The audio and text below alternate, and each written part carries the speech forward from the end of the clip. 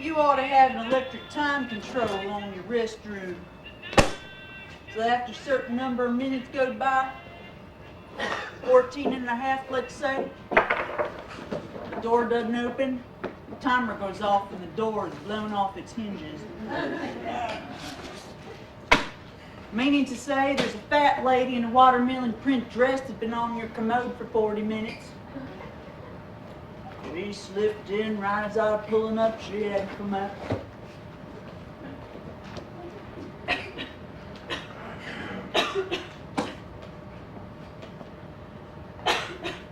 Filled up my tank. Removed and reapplied nail polish. Listened to 2 chapters on my audio cassette novelette. Do you know how long 40 minutes is to a person who'd been drinking a whole lot of Diet Coke? Long time.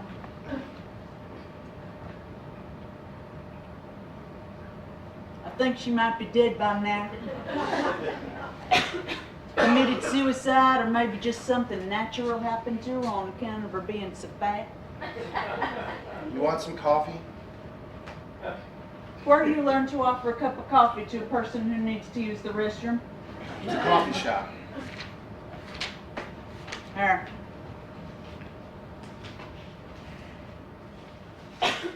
Money I owe you for the gas.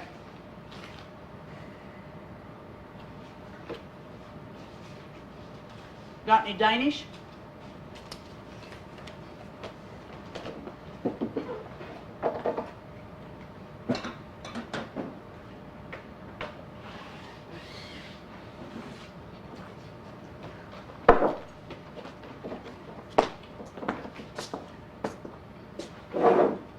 Name Joe? Nope. Said Joe's place on the sign out front. I didn't figure anybody associated hairs with the name Joe. That's right. It's an advertising thing. I suppose. Well, I know it's an advertising thing. What's your real name? Eddie? Well, isn't that a coincidence? My name's Addie. Eddie and Addie mean we only got one letter different in both our names, and that letter's just a vowel. You know it's unusual for names to even begin with a vowel? I didn't know that. Spent my life noticing things, Eddie. Spent my life observing things. Which is why I can tell you that the reason my bladder's full is because of a fat lady in a watermelon print dress. Now, most people wouldn't even notice the dress she's wearing, but I notice things. Which is why I can tell you that the sign out front, just for making people feel comfortable and unthreatened by telling them your name, even though it isn't your name. It's not my sign. It's not even my coffee. Yeah, I almost feel like I'm part of one of those higher level correspondence schools, and my major field of study is observation. You know how much you can tell about human nature just by observing and analyzing things? Like what kind of things? Like all kinds of things. Like road signs, people's faces.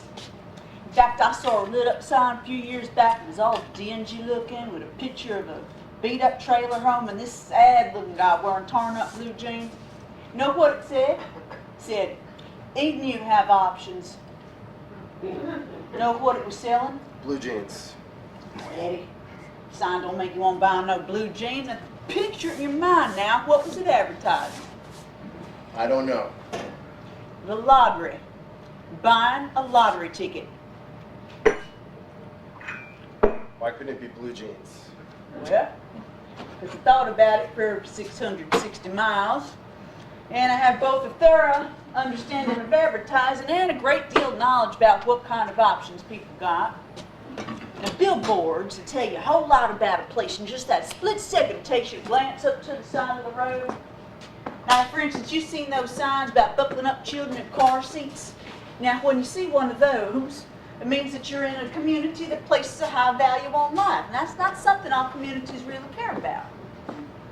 For instance, I've seen signs about satellite dishes, cigarette, high heel shoes, National Rifle Association, the FDA.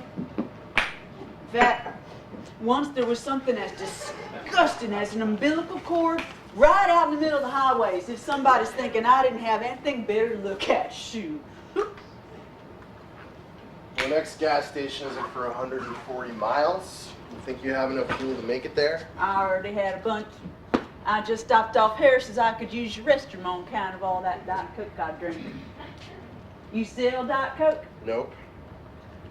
You know where I'm going?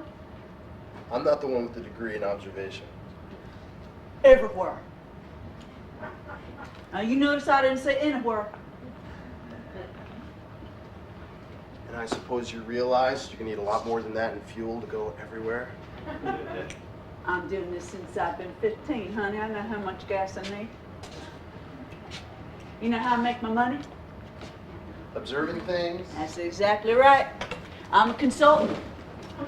Like, for instance, if you had a different sign out front, I might suggest that you change it to say Joe's Place. But since your sign already says that, there isn't a whole lot I can do for you except maybe give you a few pointers on your menu layout. I don't make up the menu.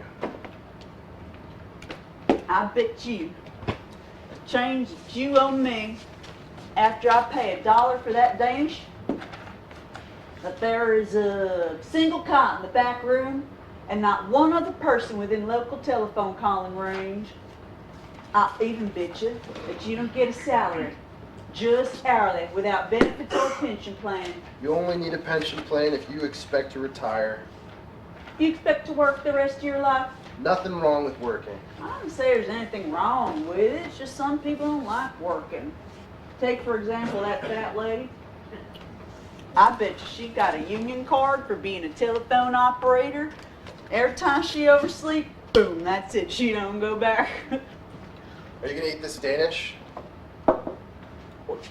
Don't tell me you got a time limit on how long a Danish can sit in front of someone. Well, if you let the food sit out for too long, the ants will come. Got a time limit on the supper table, but not on the lavatory. That's not my business. What if she's in there dead? You think a stale Danish attracts ants? What you think a person dead for a few days? I wouldn't know. Well, I know. Are you gonna eat it or not? What's the difference? I'm paying for it. It's mine, and I'm the customer. So?